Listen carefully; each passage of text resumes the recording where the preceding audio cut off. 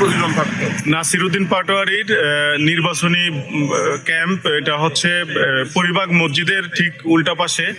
এই ক্যাম্পের যিনি বুথের এটা ক্যাম্প পরিচালনা করেন বা যিনি নিয়মিত খোলেন বা বন্ধ করেন, ওরকম একজন কর্মী, নাসিরউদ্দিন পাটোয়ারির কর্মী, ওনাকে আজকে হত্যা চেষ্টার উদ্দেশ্যে আপনার ওনাকে আঘাত করা হয়। আমরা ওনার কাছ থেকে শুনবো বিস্তারিত ঘটনাটা কি ঘটেছে। ভাই, আপনি ঘটনাটা আবার বলেন তো, কি হয়েছে ঘটনাটা? ভাই, আমি এই মঞ্চের দায়িত্বে আছি। এই মঞ্চ প্রতিদিন আমি খুলি এবং সবাই মিলে এখানে বসে। তো প্রতিদিনের মতো আমি আসতে ধরছিলাম মঞ্চের দিকে।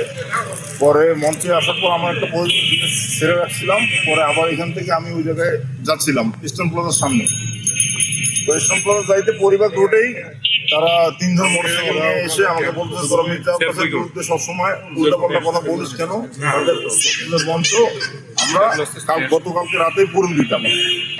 এখন তোরা কোনোদিন আর ওই জায়গায় সমাবেশ করতে পারবি না, ওই জায়গায় যেন কোনো লোক না দেখি বলে এই কথা এক দুই কোথায় ওর সঙ্গে কথা হচ্ছে আমার। পরে পিছন দিক দিয়ে এখন চাকু বের করে আমার গলার মধ্যে টান দিতে ধরছে।